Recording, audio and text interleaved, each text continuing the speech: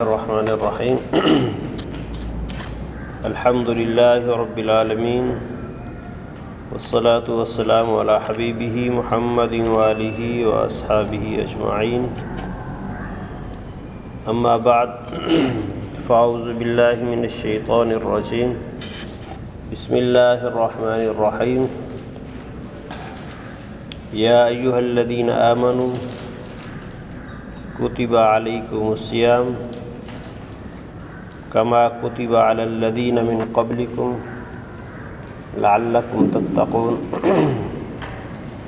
صدق اللہ العظیم۔ مولا صلی وسلم دائما ابدا علی حبیبک خیر الخلق کلہم والحبیب الذی ترجى شفاعته لکل حول من الاحوال مقتحم۔ اللہم صلی علی محمد وعلی آل محمد بارک وسلم۔ اللہم صلی علی محمد وعلی آل محمد بارک وسلم۔ آج انشاءاللہ العزیز ہماری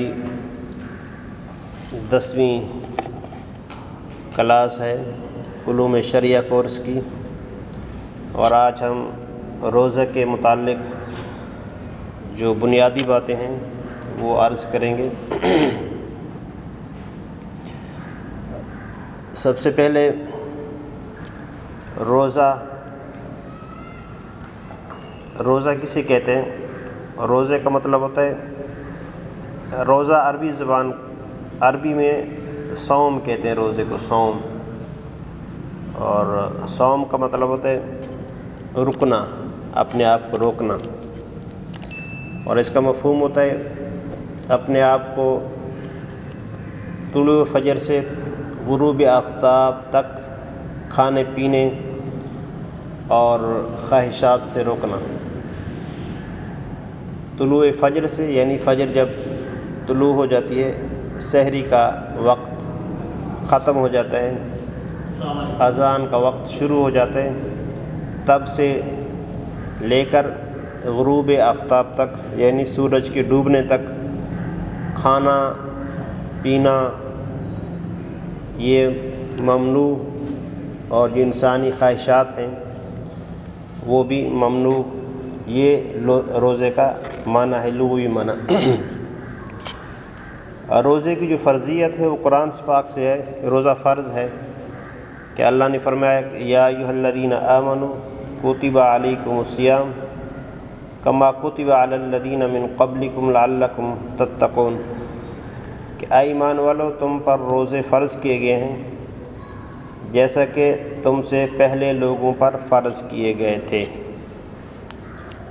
لعلکم تتقون، تاکہ تم تقوی اختیار کرو۔ آیت کریمہ میں خاص کر 2 باتیں، بلکہ 3 باتیں ہم ان کو 3 حصوں میں بیان کریں تو زیادہ سمجھ آئے گی۔ سب سے پہلے ایمان والوں کو خطاب کر کے کہا کہ تم پر روزے فرض کیے گئے ہیں، اور ساتھ میں یہ فرمایا کہ کما کتب علی الذین من قبلکم، جیسا کہ تم سے پہلے لوگوں پر فرض کیے گئے تھے۔ یہ جو بات ہے کہ تم تنہا نہیں ہو جن پر روزے فرض کیے گئے، تم سے پہلے بھی لوگ تھے جن پر روزے فرض تھے، یعنی اس بات سے یہ بتایا جا رہا ہے اب کسی کو کہا جائے کہ آج سارا دن کچھ نہیں کھانا، صبح سے شام تک بھوکے پیاسے رہنا ہے، یہ انداز ہے جو تو بندہ پریشان ہو جاتا ہے کہ سارا دن بھوکا پیاسا رہنا ہے۔ تو اللہ نے فرمایا کہ تم پہلے نہیں ہو، یہ چلا آ رہا ہے، مطلب بھوک پیاس جو ہے برداشت ہو جاتی ہے، تم سے پہلے لوگ بھی تھے جو روزے رکھا کرتے تھے، یعنی ساتھ میں یہ تسلی دی اللہ رب العزت نے۔ ویسے وہ احکم الحاکمین ہے، وہ حکم دے تو کرنا ہوتا ہے، جو بھی وہ حکم دے اس کو کرنا ہوتا ہے، لیکن اللہ رب العزت نے جو اسلوب اختیار فرمایا ہے، کلام کرنے کا جو طریقہ اختیار فرمایا ہے وہ رحمت والا ہے، جس سے رحمت کی جھلک نظر آ رہی ہے کہ تم پہلے نہیں ہو بلکہ پہلے لوگوں پر بھی روزے فرض کیے گئے تھے۔ اور جو خاص بات ہے اس میں وہ روزے کا مقصد ہے کہ بتایا کہ روزے کیوں فرض کیے گئے ہیں، لعلکم تتقون، تاکہ تم تقوی اختیار کرو، متقی ہو جاؤ۔ تقوی کا ہم بتاتے رہتے ہیں آپ کو، تقوی کا جو لفظی معنی ہے بچاؤ کرنا ہوتا ہے، اپنے آپ کو بچانا، اپنے آپ کو بچانا۔ اور روزہ جو ہے یہ انسان کو بچاتا ہے کہ بہت ساری چیزوں سے بچاتا ہے، بالخصوص گناہ سے روزہ انسان کو بچاتا ہے۔ حضور اکرم صلی اللہ علیہ وسلم نے فرمایا کہ روزہ ڈھال ہے، روزہ ڈھال ہے، یعنی جس طرح جنگ ہوتی ہے، جنگ میں تلوار اور ڈھال ہوتی ہے، اور ڈھال جو ہے وہ انسان کے لیے رکاوٹ ہوتی ہے، وہ جو رکاوٹ ہوتی ہے اسی رکاوٹ کے ساتھ حضور اکرم صلی اللہ علیہ وسلم نے رکاوٹ کے ساتھ تشبیہ دے کے روزے کے بارے میں بتایا کہ روزہ جو ہے رکاوٹ ہے، بہت ساری چیزوں سے رکاوٹ ہے۔ یہ روزے کا مقصد ہے تقوی، اپنے آپ کو بچانا، تمام ان چیزوں سے بچانا، تمام ان چیزوں سے خود کو بچانا جو اللہ کی نافرمانی کا باعث ہوں، جو اللہ کی ناراضگی کا باعث ہوں، جو حضور اکرم صلی اللہ علیہ وسلم کی تعلیمات سے ہٹ کر ہوں، ان تمام چیزوں سے بچنا۔ روزہ جو ہے تمام چیزوں سے بچاتا ہے۔ روزہ کی جو قسمیں ہیں وہ 4 قسمیں ہم نے روزے کی بنائی ہیں کہ سب سے پہلا فرض روزہ جو ہے وہ ارکان اسلام میں سے ایک رکن ہے، اور رمضان المبارک کے 1 مہینے کے روزے جو ہیں فرض ہیں، ہر مسلمان پر جو عاقل بالغ ہے اس پر روزہ فرض ہے، بلا وجہ روزہ چھوڑنا یہ گناہ کبیرہ ہے۔ رمضان کے روزے جو ہیں یہ فرض ہیں پورے 1 مہینے کے، خواہ مہینہ 30 کا ہو یا 29 کا ہو۔ جو پوچھنا ہے تو پوچھ لو، اب کرسی کو آگے پیچھے کریں۔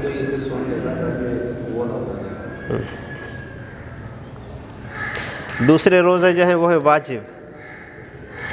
واجب روزے جو ہیں وہ سب سے پہلا نظر کا روزہ، نظر مطلب منت، کوئی شخص اگر منت مانتا ہے میرا فلاں کام ہو جائے تو میں روزہ رکھوں گا، تو وہ روزہ اس پر واجب ہو جاتا ہے، اس کا رکھنا ضروری ہوتا ہے۔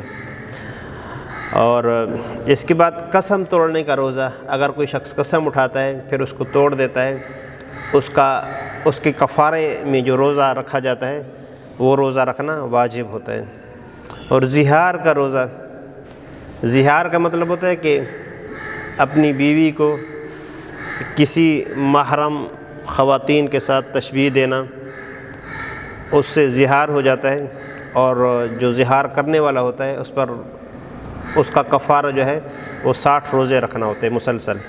یعنی آسان الفاظ میں یہ ہے، کوئی شخص اگر بیوی کو کہتا ہے تو ایسا ہے جس طرح کہ میری بہن ہے، تو میری بہن جیسی ہے، یا کہتا ہے تو میری ماں جیسی ہے، یا تو میری پھوپھی جیسی ہے، یا کہتے ہیں تو میری خالہ جیسی ہے، اپنی بیوی کو کہتے ہیں۔ اب وہ اس کی بیوی اس پر حرام ہو جاتی ہے، عارضی حرام ہو جاتی ہے، وہ اس پر حرام ہو جاتی ہے، اور اسلام نے اس کا جو تدارک ذکر کیا ہے، یعنی وہ حرمت ختم کیسے ہوگی، وہ کفارہ سے ہوگی، اور اس کا کفارہ کہتے ہیں کہ 60 مسکینوں کو کھانا کھلانا ہے، یا 60 روزے رکھنا ہے، اور 60 روزے رکھنا مسلسل ہے، یعنی 60 روزے مسلسل رکھنا ہے۔ بیچ میں اگر ایک روزہ چھوڑا تو پھر دوبارہ سے 60 روزے رکھنے پڑیں گے۔ اس کو زہار کہتے ہیں، زہار زہر سے یعنی کسی کی مثل قرار دینا، اور اس کا یہی کہ اپنی بیوی کو جو محرم خواتین ہیں، محرم کا مطلب ہوتا ہے جن سے نکاح حرام ہے، کسی محرم خاتون سے تشبیہ دینا وہ زہار کہلاتا ہے، اور زہار کا روزہ جو ہے یہ واجب ہے۔ اگر کوئی شخص زہار کرے گا اس پر لازم ہوگا کہ وہ روزے رکھے گا۔ اچھا، یہ سورۃ مجادلہ میں اس کا ذکر ہے تفصیل کے ساتھ۔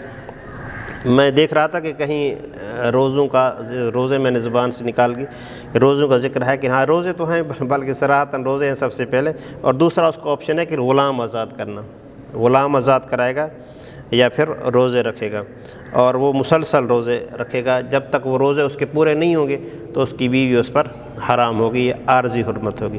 یعنی نظر کے روزے یعنی منت کے روزے واجب ہیں، اور قسم توڑنے کے روزے بھی واجب ہیں، اور ظہار کے روزے بھی واجب ہیں۔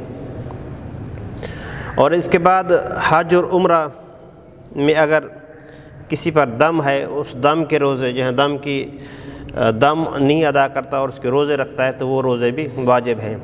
دم کا مطلب ہے کہ کوئی انسان ایسا کام کرتا ہے جو حالت احرام میں جائز نہیں ہے، وہ کام کر لیتا ہے تو پھر اس پر دم لازم ہوتا ہے۔ یعنی دم کا مطلب بکرا ذبح کرنا ہوتا ہے، بکرا جس طرح قربانی کرتے ہیں، اگر قربانی نہیں کرتا، بکرا ذبح وغیرہ نہیں کرتا تو پھر اس کو روزے رکھنے ہوتے ہیں، وہ روزے رکھنا بھی واجب ہوتے ہیں۔ یہ تمام روزے واجب ہیں۔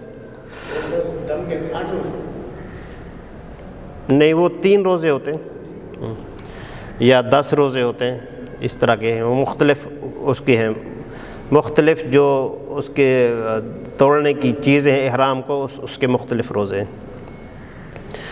اس کے بعد جو سنت روزے ہیں، سنت روزے عاشوراء کا روزہ یعنی 10 محرم، اور یہ جو روزے ہیں 10 محرم کے ایک نہیں رکھنا ہوتا، 2 رکھنے ہوتے ہیں، یا 9-10 کا یا پھر 10-11 کا۔ اور یہ حضور اکرم صلی اللہ علیہ وسلم جب روزے فرض نہیں ہوتے اس سے پہلے یہ رکھا کرتے تھے، اور صحابہ سے بھی رکھواتے تھے۔ جب روزے فرض ہو گئے تو آپ نے فرمایا جس کا دل کرے چاہے، جس کا دل کرے رکھے، جس کا دل کرے نہ رکھے۔ تو آپ صلی اللہ علیہ وسلم اکثر عاشوراء کا روزہ رکھا کرتے تھے، اس وجہ سے اس کو سنت قرار دیا ہے۔ اور اس کے بعد جو سنت روزے جن کو کہا گیا ہے وہ ہے ایام بیز کے روزے۔ ایام بیز مطلب کہ 13، 14، 15 چاند کی 13، 14، 15 کے روزے جو ہیں ایام بیز کے روزے کہلاتے ہیں۔ یہ بھی روزے سنت ہیں، حضور اکرم صلی اللہ علیہ وسلم اکثر یہ روزے رکھا کرتے تھے، اور بعض صحابہ کے اپنے نصیحتیں یا وصیتیں فرمائی کہ یہ روزے رکھا کریں۔ اور اس کے بعد مستحب روزے جو ہیں وہ پیر کا روزہ، جمعرات کا روزہ اور شوال کے روزے 6 روزے رکھتے ہیں، اور عرفہ یعنی 9 ذو الحجہ کا روزہ یہ مستحب ہے۔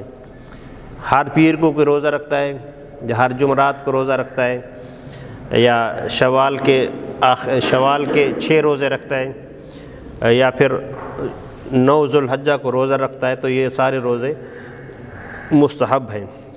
یعنی مدینہ پاک میں ابھی بھی جب پیر کا دن ہوتا ہے، جمعرات کا دن ہوتا ہے، تو مسجد نبوی میں دسترخوان لگاتے ہیں افطاری کا، یعنی وہ معمول ہے ان کا مدینے والوں کا کہ پیر کا اور جمعرات کا روزہ رکھتے ہیں ابھی بھی، یعنی مسجد نبوی میں دسترخوان لگتا ہے پیر کو بھی اور جمعرات کو بھی۔ یہ روزے مستحب ہیں، اگر کوئی رکھنا چاہتا ہے رکھ سکتا ہے، نہ رکھے تو مسئلہ نہیں ہے۔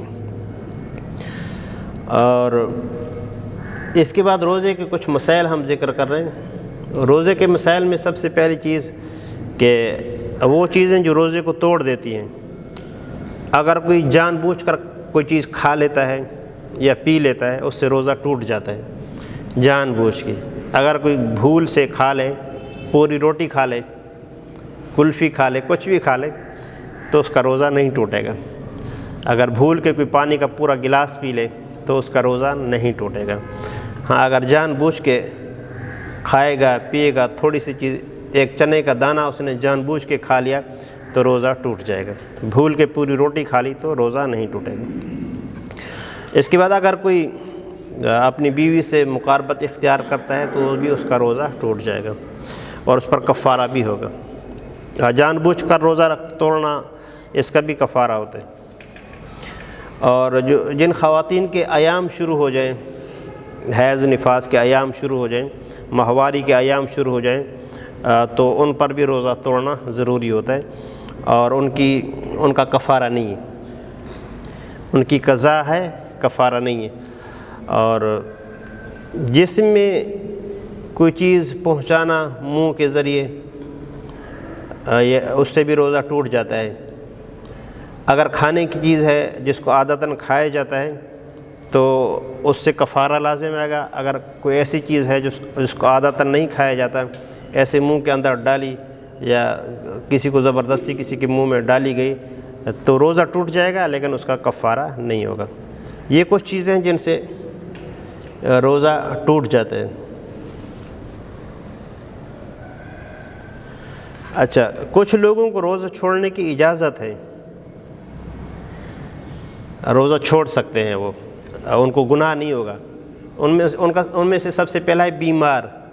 جو بیمار ہے اس کو اجازت ہے وہ روزہ نہ رکھے۔ ایسا بیمار ہے جو روزے کو برداشت نہیں کر سکتا، یعنی آج کل یہ بہت مسئلہ ہوتا ہے، شوگر ہوتی ہے لوگوں کو، اور شوگر کی وجہ سے 12 گھنٹے یا 10 گھنٹے ان کے لیے رہنا مشکل ہوتا ہے، کہ جان کا خطرہ ہوتا ہے، یعنی فوت ہونے کا خطرہ ہوتا ہے، یا کسی جسم کے حصے کا، یعنی مجبوری کا یہ مطلب ہوتا ہے کہ بندے کے مرنے کا خطرہ ہو یا کسی جسم کے ٹوٹ جانے کا خطرہ ہو۔ اس طرح کے جو معاملات ہیں وہ مجبوری ہوتی ہے، تو ایسا بندہ روزہ چھوڑ سکتا ہے۔ اور مسافر کو بھی روزہ چھوڑنے کی اجازت ہے، جو شرعی سفر پر ہو، یعنی 100 کلومیٹر کے قریب 92 سے اوپر، وہ شخص بھی روزہ چھوڑ سکتا ہے۔ اگرچہ اس کو سہولت میسر ہو وہ روزہ چھوڑ سکتا ہے، روزہ چھوڑ سکتا ہے۔ اگر کوئی رکھنا چاہتا ہے تو رکھ بھی سکتا ہے، رکھنے کی اجازت موجود ہے، چھوڑنے کی اجازت بھی موجود ہے۔ اب بندے کی سہولت پر ہے کہ اس کی مرضی روزہ چھوڑے یا روزہ رکھے۔ ان دونوں شخصوں کے لیے ضروری ہے کہ وہ روزے کی پھر قضا کرے گا۔ مسافر بھی روزے کی قضا کرے گا، اور جو بیمار ہے جب صحت یاب ہو جائے گا وہ روزے کی قضا کرے گا۔ لیکن اگر وہ ایسا بیمار ہے جس کو صحیح ہونے کی امید نہیں ہے، صحت یابی کی امید نہیں ہے، تو پھر اس پر لازم ہے کہ وہ روزے کا فدیہ دے، روزے کا فدیہ دے۔ تو ہر روزے کا فدیہ جو ہے وہ فطرانے کی مقدار ہوتا ہے، کم از کم فطرانے کی مقدار۔ اب وہ جو روزے کے دن ہوتے ہیں ان دنوں میں پھر اس کی قیمت لگاتے ہیں، اس قیمت کے مطابق 2 کلو جو گندم ہے، یا پھر 4 کلو جو کھجور وغیرہ ہے، کشمش وغیرہ ہے، اس کے مطابق اس کی قیمت لگا کے روزے کا فدیہ دیا جاتا ہے۔ جب اس روزے کا ٹائم ہوتا ہے اسی کے مطابق پھر قیمت دیکھ کے اس کا فدیہ دے دینا چاہیے۔ اور اس میں خاص بات یہ ہے کہ ہر شخص کو اپنی حیثیت کے مطابق فدیہ دینا چاہیے۔ اگر کوئی غریب ہے تو اس کو جو گندم ہے اس کے مقدار سے دینا چاہیے۔ اگر کوئی امیر بندہ ہے تو اس کو چاہیے کہ وہ اگر فدیہ دے کشمش کے حساب سے دے یا کھجور کے حساب سے دے، یعنی مہنگی چیز کے حساب سے دے۔ اس زمانے میں حضور اکرم صلی اللہ علیہ وسلم کے زمانے میں تو ایسا لگتا ہے کہ گندم کی قیمت زیادہ تھی، کیونکہ اس کی مقدار کم ہے کہ 2 کلو گندم، اور جو کھجور ہے وہ 4 کلو ہے، نصف سا ہے، آدھا سا میں 4 کلو ہوتے ہیں، گندم کے آدھا سا ہے یعنی 2 کلو، اور جو کشمش ہے یا کھجور ہے اس کا پورا سا ہے یعنی 4 کلو۔ اگر کوئی دے گا تو وہ 4 کلو دے گا۔ اس کے بعد جو حاملہ خواتین ہیں یا بچوں کو دودھ پلانے والی خواتین ہیں، ان کی اگر صحت کا مسئلہ ہو، ان کی صحت کے نقصان کا اندیشہ ہو تو وہ روزہ چھوڑ سکتی ہیں۔ خواتین جو حاملہ ہیں یا وہ خواتین جو اپنے بچوں کو دودھ وغیرہ پلا رہی ہیں، وہ اگر صحت کا خطرہ ہو تو وہ روزہ چھوڑ سکتی ہیں۔ اب ہم نے ساتھ ساتھ بتایا یہ جو سارے لوگ ہیں، یعنی مسافر ہے یا بیمار ہے یا حیض و نفاس والی خواتین ہیں جو روزے چھوڑ رہی ہیں، ان پر ان روزوں کی قضا لازم ہے۔ خواتین کے ایام کے دنوں میں ان پر روزے ممنوع ہوتے ہیں، روزے نہیں رکھتی۔ نماز ان کو ٹوٹلی معاف ہوتی ہے، لیکن روزوں کی قضا کرنا لازم ہوتا ہے۔ اور اس کے بعد ہم روزے کے حوالے سے کچھ احادیث کے ذریعے وہ فضائل ذکر کر رہے ہیں روزے کے، ہم نے عنوان ایسے مختصر قائم کیا، حدیث میں پوری بات ہے۔ حضور اکرم صلی اللہ علیہ وسلم فرمائے من صام رمضان ایمانا و احتسابا غفر له ما تقدم من ذنبه، جو رمضان کا روزہ رکھتا ہے ایمان کی وجہ سے رکھتا ہے کہ میں مسلمان ہوں، مجھ پر روزے فرض ہے، اور ثواب کی نیت سے رکھتا ہے، دو باتیں کہ اپنے آپ کو ایماندار ہونے کی وجہ سے کہ میں مسلمان ہوں، مجھ پر روزے فرض ہے، اور دوسرا ثواب کی نیت بھی کرتا ہے۔ اگر یہ دو باتیں اس کے اندر موجود ہیں تو آپ نے فرمایا غفر له ما تقدم من ذنبی، اس کے جو گزشتہ گناہ معاف ہو جاتے ہیں، اس کے گزشتہ گناہ سارے معاف ہو جاتے ہیں۔ اگر کوئی روزہ رکھتا ہے اس نیت سے رکھتا ہے کہ لوگ اسے روزہ دار سمجھیں گے یا اچھا سمجھیں گے، تو پھر اس کو ثواب نہیں ملے گا، یا اللہ کی مرضی پر منحصر ہے، اس کے حوالے سے ہم کچھ نہیں کہہ سکتے کہ اس کا دکھلاوے والا روزہ ہو جائے گا۔ اس کے بعد دوسری حدیث، یہ بخاری شریف کی حدیث ہے، اور ساری حدیثیں آج ہم نے بخاری سے لی، سب کتابوں میں روزے کے حوالے سے احادیث موجود ہیں۔ حضور اکرم صلی اللہ علیہ وسلم فرمایا کہ انا فی الجنت بابا یقال له ریان یدخل منہ الصائمون، جنت میں ایک دروازہ ہے جس کا نام ریان ہے، اور اس سے فقط روزے دار داخل ہوں گے۔ ریان ریون سے بنا ہوا ہے، اس کا مطلب ہوتا ہے سیراب ہونا، سیر ہونا، یعنی پانی پی کے بندہ جس طرح سیر ہو جاتا ہے، سیراب ہو جائے تو اس کو ری کہتے ہیں۔ تو وہ جو خاص دروازہ ہے اس سے فقط روزے دار داخل ہوں گے۔ اب یہ خاص کہنے کا مطلب یہ ہے کہ روزے دار جو ہوں گے وہ خاص پروٹوکول کے ساتھ ایک دروازے سے داخل ہو رہے ہوں گے۔ یہ دیکھو یہ دروازہ ہے، یہ روزے داروں کا ہے، اس طرح یعنی ان کو دکھایا جا رہا ہے یہ روزے داروں کا دروازہ ہے جس سے یہ روزے دار جا رہے ہیں۔ وہ کسی کی طرف قیامت والے دن اشارہ کیا جا رہا ہوگا اس حوالے سے، تو اس کی عزت افزائی ہو رہی ہوگی۔ یہ دیکھو یہ وہ بندہ ہے جو اس طرح کیا کرتا تھا، یہ وہ بندہ ہے جو اس طرح کیا کرتا تھا، یعنی اچھے اعمال کی طرف۔ یہ وہ بندے ہیں جو روزے دار تھے اور روزے کی وجہ سے وہ ریان سے آج داخل ہو رہے ہیں، جو روزے دار نہیں ہے وہ یہاں سے نہیں جا سکتے، اور جنت میں جو لوگ جائیں گے گروہوں کی شکل میں جائیں گے۔ وسیق الذین اتقوا ربهم الى الجنۃ زمرا، اللہ نے فرمایا کہ جو متقی ہیں جنت میں جب جائیں گے گروہ کی شکل میں جائیں گے، کافر بھی گروہ کی شکل میں جائیں گے، وہ جو متقی لوگ ہیں وہ بھی گروہوں کی شکل میں جائیں گے۔ اس کے بعد ایک حدیث ہم ذکر کرتے ہیں، اور یہ حدیث قدسی ہے، یعنی اللہ کا فرمان ہے جو حضور اکرم صلی اللہ علیہ وسلم کے ذریعے ہم تک پہنچا، کہ اللہ فرماتا ہے کلو اعمال ابن آدم لہ، کہ ہر انسان کے عمل اسی کے لیے ہیں، الا الصیام فانہ لی وانا اجزی، سوائے روزے کے وہ میرے لیے ہے اور میں ہی اس کی جزا دوں گا۔ یعنی بندہ عمل کرتا ہے اور اس کی جزا اس کو ملے گی، وہ اسی کے لیے ہے، اسی کے لیے۔ یہ خاص بات اللہ رب العزت کی طرف سے، لیکن روزہ میرے لیے ہے، یعنی روزے کو میں نے اپنے ساتھ خاص کر لیا ہے، جو روزہ رکھے گا اس کو میں خود ہی جزا دوں گا، یا ایک روایت میں کہ میں خود اس کی جزا ہوں، یعنی میں اس سے محبت کرتا ہوں۔ جو روزہ رکھتا ہے میں اس سے محبت کرتا ہوں، میں خود اس کی جزا ہوں۔ اللہ فرماتا ہے کہ سارے اعمال کی جزا اللہ دیتا ہے، لیکن جب کسی چیز کو لفظ کے ساتھ خاص کیا جاتا ہے تو وہ خاصیت ہوتی ہے وہ اس چیز کی اہمیت کو اجاگر کرتی ہے۔ اللہ فرمایا کہ روزہ میرا ہے، یہ جو ہے ہم کہتے ہیں یہ میرا ہے، اس کو میری طرف کر دو، یہ میرا خاص ہے، اس طرح کا۔ بندے سارے اللہ کے ہیں، عمل بھی سارے اللہ کے ہیں، لیکن روزے کو خاص کیا کہ روزہ جو ہے یہ میرے لیے اور میں ہی اس کی جزا دینے والا ہوں۔ اس کے بعد حدیث پاک کے جو الفاظ ہیں وہ مختلف عنوان ہیں۔ آپ نے الصیام جنہ، روزہ جو ہے وہ ڈھال ہے، جس طرح ہم نے پہلے بتایا۔ اذا کان یوم صوم احدکم فلا یرفث، اگر تم میں سے کسی کا روزہ ہو تو اسے چاہیے کہ اپنی زبان پر قابو رکھے، کوئی برے الفاظ اپنے منہ سے نہ نکالے۔ ہاں اگر کوئی شخص اس کو برا بھلا کہتا ہے یا اس سے لڑائی جھگڑا کرتا ہے تو فقط اتنا کہے انی امراؤن صائم، میرا روزہ ہے، بس یعنی یہ روزے دار سے اگر کوئی جھگڑتا ہے، کوئی اس کے ساتھ برا بھلا اس کو کہتا ہے، تو پھر روزے دار کو خاموش رہنا چاہیے۔ اگر وہ زیادہ تنگ کرتا ہے تو اس کو کون سا جواب دینا ہے؟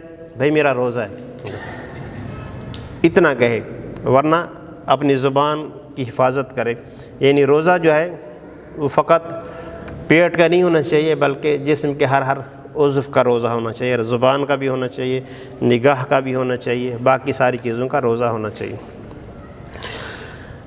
فرمایا کہ والذی نفس حضور اکرم صلی اللہ علیہ وسلم فرمایا والذی نفس محمد بیدہ لا خلوف فم الصائم اطیب عند اللہ من ریح المسک، اس ذات کی قسم جس کے قبضہ قدرت میں محمد کی جان ہے، یعنی اللہ کی قسم، حضور قسم کھا کے ارشاد فرما رہے کہ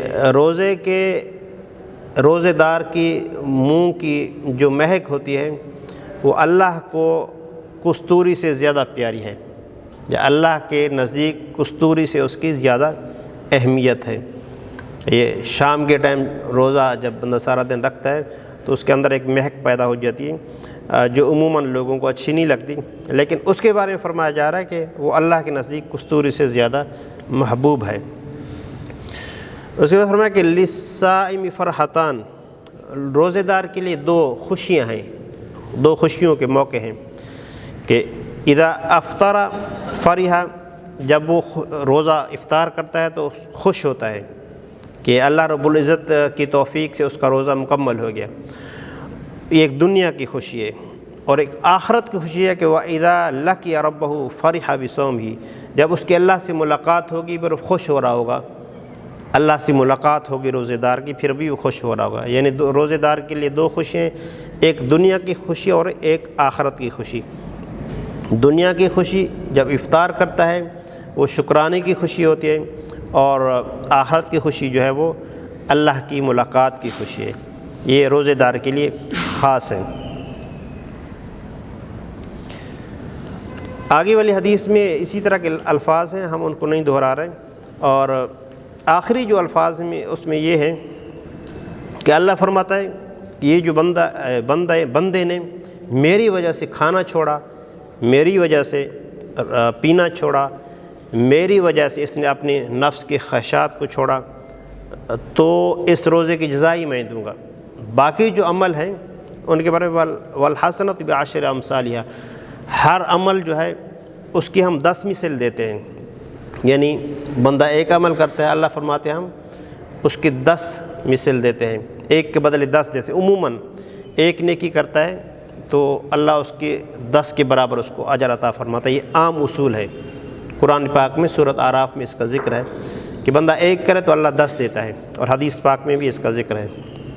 من جاء بالحسنۃ فلہ عشر امثالھا، یہ قرآن پاک کے من جاء بالحسنۃ فلہ عشر امثالھا، جو ایک نیکی لے کے آئے گا ہم اس کو اس کے 10 مثل دیں گے، یہ عام اصول ہے۔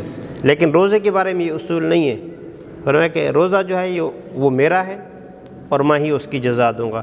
اس کے لیے یعنی جو عدد ہے وہ متعین نہیں فرمایا کہ 1 مثل ملے گا، 2 مثل ملے گا، 10 مثل ملے گا، کیا ملے گا، ایسی کوئی بات نہیں ہے۔ بس یہ جو اتنا بتایا کہ روزہ میرا ہے، میں روزے کا ہوں، میں روزے دار کا ہوں، یہ بہت اہم بات ہے۔ اس لیے یعنی اس سے ہمیں یہ پتہ چل رہا ہے کہ روزے جو ہیں رمضان والے تو فرض ہیں، وہ تو ہر صورت میں رکھنے ہیں، اس کے علاوہ بھی قرب الہی کے لیے روزے رکھنے چاہیے، جس طرح ہم نے پہلے آپ کو بتایا ہوا ہے کہ جو بھی فرض ہے اس کے جو نفل ہیں وہ نفل ادا کرنے سے بندے کو قرب حاصل ہوتا ہے، اللہ کی قرابت حاصل ہوتی ہے۔ جو روزے کے نفل ہیں وہ بھی، یہ نفلی روزے ہیں، سنت روزے ہیں، وہ بھی رکھنے چاہیے۔ آخری عنوان جو ہے ہمارا وہ ہے روزے کے فوائد۔ سب سے پہلا فائدہ وہی تقوی ہے، یعنی انسان کا دل جو ہے اس کے اندر اللہ کا خوف ہو جاتا ہے، یہی بات ہوتی ہے۔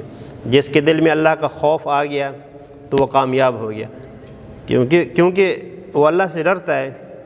اللہ سے ڈرنا یہ ایک ہی پوائنٹ ہے جو انسان کو تمام برائیوں سے بچا سکتا ہے۔ جب بھی وہ برائی کا ارادہ کرتا ہے تو اس کے دل میں فوراً خیال آتا ہے میں تو اللہ کا ہوں اور میں برا کر رہا ہوں، یہ خیال اس کو برائی سے روک دیتا ہے، اور یہی تقویٰ ہوتا ہے۔ جب بھی وہ اس کا دل کرتا ہے کہ نماز کے لیے نہ جاؤں تو اس کا خیال آتا ہے کہ میں تو اللہ کا بندہ ہوں اور اللہ کا تو حکم ہے تو مجھے جانا چاہیے۔ اس طرح کی تمام مثالیں آپ سوچ سکتے ہیں۔ جس کو یہ خیال آتے ہیں تو وہ متقی ہوتا ہے، وہ تقوی والا ہوتا ہے، اور اس خیال پر عمل بھی کرتا ہے تو پھر وہ پکا متقی ہو جاتا ہے۔ یہ پہلا تقوی حاصل ہو جاتا ہے، روزے سے تقوی حاصل ہو جاتا ہے، بندے کا دل جو ہے وہ اللہ سے ڈرنے والا ہو جاتا ہے۔ اور روزے کا ایک فائدہ انسان کی تربیت ہو جاتی ہے۔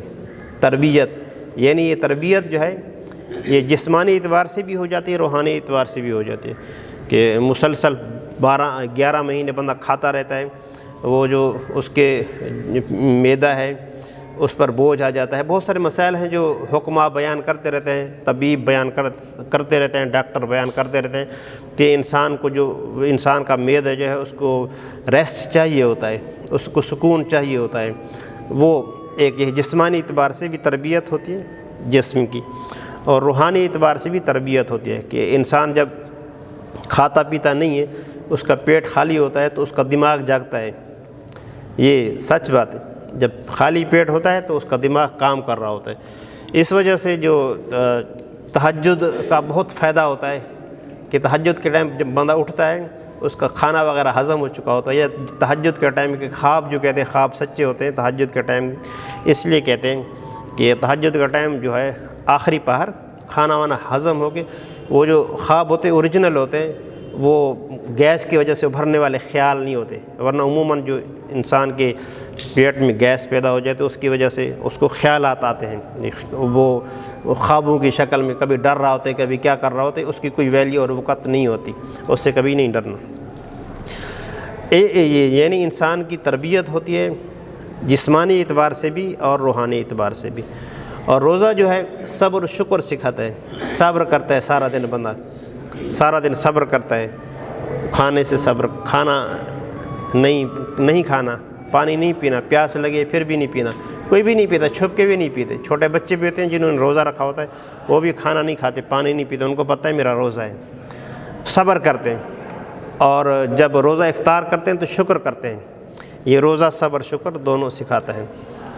اور یہ بہت اہم نقطہ ہے، بھوک کا احساس ہوتا ہے بندے کو۔ اگر بھوک نہ لگی ہو تو اس کو احساس نہیں ہوتا۔ اگر کسی کا پیٹ بھرا ہوا ہے اس کو بالکل احساس نہیں ہوتا، یعنی دوسرے کی بھوک کا۔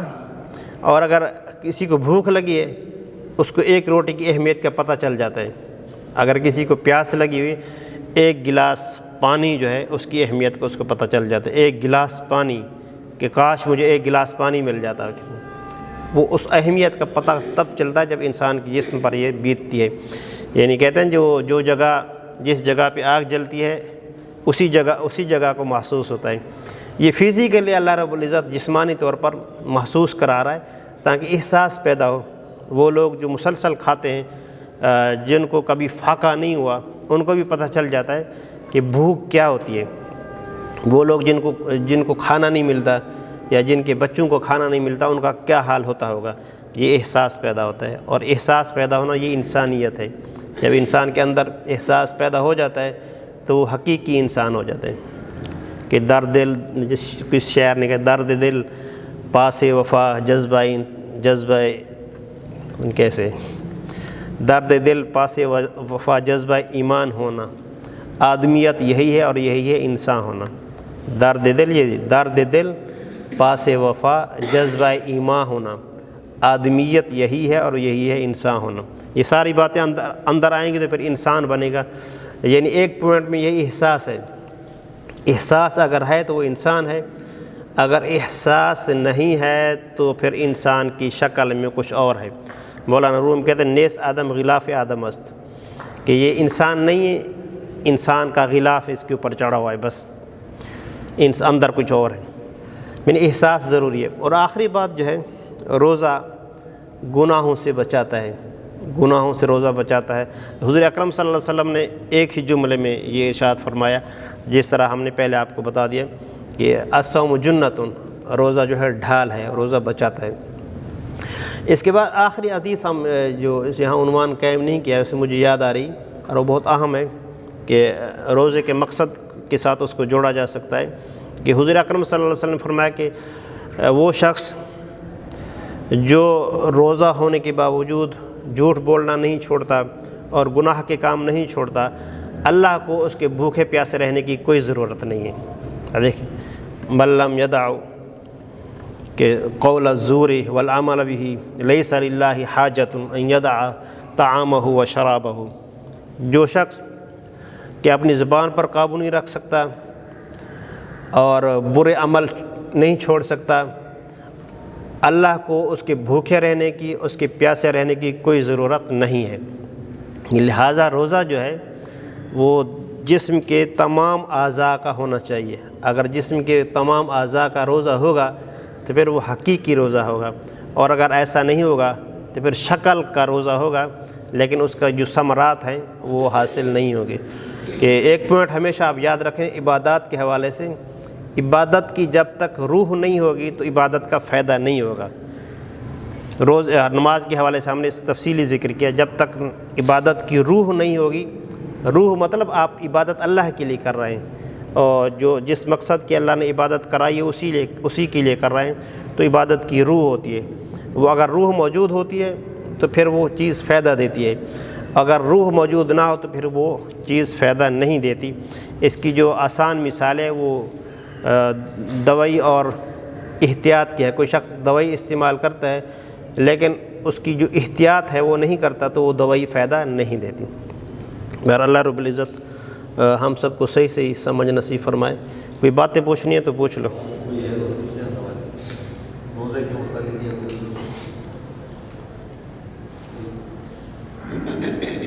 روزے میں اگر کسی کو الٹی آ جائے تو اس کا روزہ نہیں ٹوٹتا، نکسیر آ جائے تو بھی روزہ نہیں ٹوٹتا، اگر کوئی جان بوجھ کے الٹی کرتا ہے تو اس کا روزہ پھر ٹوٹ جاتا ہے۔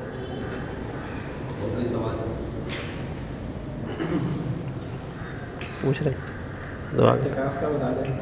ہاں اعتکاف جو ہے، اعتکاف سنت مؤکدہ علی الکفایہ ہے، یعنی حضور اکرم صلی اللہ علیہ وسلم سنت مؤکدہ کفایہ سنت ہے اور مؤکدہ ہے، یعنی حضور اکرم صلی اللہ علیہ وسلم نے مدنی زندگی میں پورے 10 سال آپ نے اعتکاف کیا، کبھی نہیں چھوڑا۔ ایک دفعہ آپ نے چھوڑا تھا تو پھر اگلے رمضان میں آپ نے 20 دنوں تک اعتکاف کیا، یعنی آپ نے اعتکاف کی قضا بھی کی۔ تو اس لیے اعتکاف سنت مؤکدہ ہے اور علی الکفایہ ہے۔ الکفایہ مطلب اگر محلے کے کوئی ایک شخص اعتکاف میں بیٹھ جاتا ہے تو پھر سب بری و ذمہ ہیں، جس طرح جنازہ ہے فرض کفایہ ہے، تو یہ جو اعتکاف ہے یہ سنت کفایہ ہے۔ اگر کوئی شخص بھی نہیں بیٹھے گا تو سنت مؤکدہ کو چھوڑنے کی وجہ سے پھر وہ سارے محلے والے گناہ گار ہوں گے۔ اور جو اعتکاف ہے یہ بہت اہم عبادت ہے۔ اعتکاف کا مطلب ہوتا ہے الگ تھلگ ہو کے کسی جگہ بیٹھ جانا، الگ تھلگ ہو کے کسی جگہ بیٹھ جانا۔ اور وہ جو بندہ الگ تھلگ ہوتا ہے کس لیے ہوتا ہے؟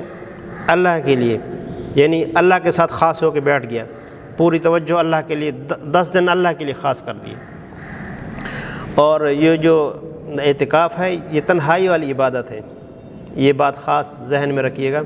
آج کل اعتکاف کے بہت رواج پڑ گئے نا، یہ اجتماعی اعتکاف کے۔ اجتماعی اعتکاف میں جو ہے وہ جو اعتکاف کی روح ہے وہ نظر نہیں آتی۔ وہ جو بندے کی تنہائی ہے، بندہ ہے اور اللہ ہے، ہر بندے کا اللہ کے ساتھ ایک خاص تعلق ہوتا ہے۔ بندہ اللہ سے باتیں کرتا ہے، اس سے گفتگو کرتا ہے، اس سے مانگتا ہے، یہ ساری چیزیں جو ہوتی ہیں وہ تب ہوتا ہے جب اللہ ہو اور بندہ ہو اور اس کے ساتھ دوسرا نہ ہو۔ لیکن اجتماعی اعتکاف اس کا فوائد بھی ہیں، مطلب کہ وہ بندہ کو سیکھتے سکھاتے ہیں آج کل، اس حوالے سے فوائد ذکر کرتے ہیں۔ لیکن اعتکاف جو ہے، جو اعتکاف کا مقصد ہے وہ الگ چیز ہے۔ وہ کیا؟ الگ تھلگ ہو کے اللہ کے لیے بیٹھ جانا، الگ تھلگ ہو کے اللہ کے لیے بیٹھ جانا۔ اگر آپ میں سے کوئی اعتکاف کرتا ہے تو اپنی مخصوص جو عبادات ہیں اپنے اوپر لاگو کرنا، مخصوص کا مطلب اپنی نہیں بنانا، جو شریعت میں ہیں، یعنی یہ جو نوافل ہیں، اشراق ہے، چاشت ہے، اوابین ہے، ان کو لازم کرنا، اور تہجد کو لازم کرنا، اور جو قرآن پاک کی تلاوت کرنا، اور جو درود پاک کی کثرت کرنا، یہ چیزیں اعتکاف میں کریں گے تو آپ کا اعتکاف ہوگا۔ اور ساتھ ساتھ اپنے بارے میں اور اللہ کے بارے میں یہ جو خاص تعلق ہے اس کے بارے میں آپ بات کرتے رہتے۔ حضرت موسیٰ علیہ السلام کے زمانے میں کوئی بندہ تھا جو کہتا تھا اے اللہ اگر تجھے مجھے مل گیا، تیری میری ملاقات ہو گئی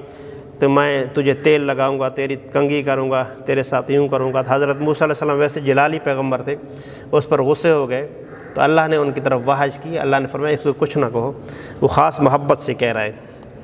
یہ خاص تعلق ہوتا ہے بندے کا، ہم اس لیے آپ کو کہہ رہے ہیں ہر بندے کا اللہ سے گہرا تعلق ہوتا ہے اور اس تعلق کو قائم کرنے کی ضرورت ہوتی ہے، اور اعتکاف اس کی بہترین عملی مثال ہے۔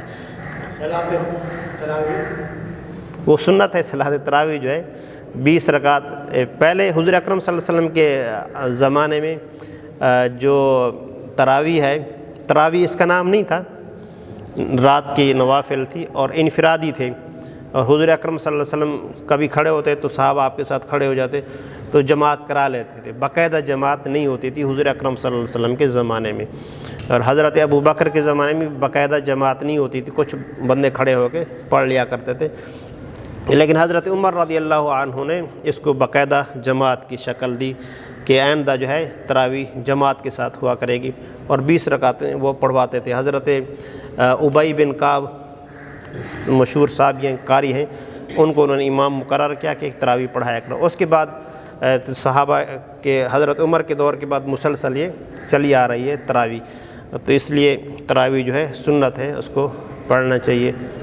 صلاۃ تسبیح جو آپ نے کہا تھا اس کا ثواب اور نزول یہ جماعت ثابت ہے؟ نفل کوئی بھی ہے اس کی جماعت کرنا اچھا نہیں ہے، اکیلے میں بہتر ہے، اور آج کل کیونکہ وہ دور اس طرح کے لوگ عبادات کی طرف نہیں آتے، اور اس کے لیے علماء نے کہا کہ اگر جماعت کرائی جاتی ہے تو مسئلہ نہیں ہے، یعنی جائز ہے۔ نوافل جو ہیں یہ تنہائی والی عبادت ہے، تمام نوافل جو ہیں وہ بندہ تنہا پڑھے، اکیلے پڑھے، اور اگر نفل کے جماعت کے ساتھ پڑھتے ہیں تو اس کا جواز موجود ہے۔ حضور اکرم صلی اللہ علیہ وسلم یعنی کبھی کوئی نفل جماعت کے ساتھ پڑھا دیا کرتے تھے تو جواز موجود ہے، اگر کوئی پڑھتے ہیں تو ہم ان کو روک نہیں سکتے، اور اگر کوئی تنہا پڑھتا ہے تو یہ اچھی بات ہے۔ ٹھیک، روزے کی حالت میں احتلام ہو جائے گا؟ ہاں تو نہا لیں، روزہ کچھ نہیں ہوتا، روزے کو کچھ نہیں ہوتا۔ الحمدللہ رب العالمین والصلاۃ والسلام علی محمد وآلہ وصحبہ اجمعین۔ ربنا آتنا فی الدنیا حسنہ وفی الآخرۃ حسنہ وقنا عذاب النار۔ یا رب العالمین، ہم یہاں بیٹھے تیرے پیارے حبیب صلی اللہ علیہ وسلم کے فرامین کو سنا، سمجھا، سمجھنے کی کوشش کی، اس کو ہمارے لیے باعث اجر بنا۔ ہم سب کو آقا دو عالم صلی اللہ علیہ وسلم کے لایا ہوا جو اسلام ہے اس پر عمل پیرا ہونے کی توفیق عطا فرما۔ یا رب العالمین، جو لوگ یہاں بیٹھے ان کے بیٹھنے کے ہر لمحے ان کو جزا نصیب فرما۔ یا رب العالمین، ہم سب کی خیر و عافیت فرما، تمام مسلمانوں کی خیر فرما۔ وصلی اللہ تعالی علی خیر خلقہ سیدنا و مولانا محمد و آلہ و صحبہ اجمعین۔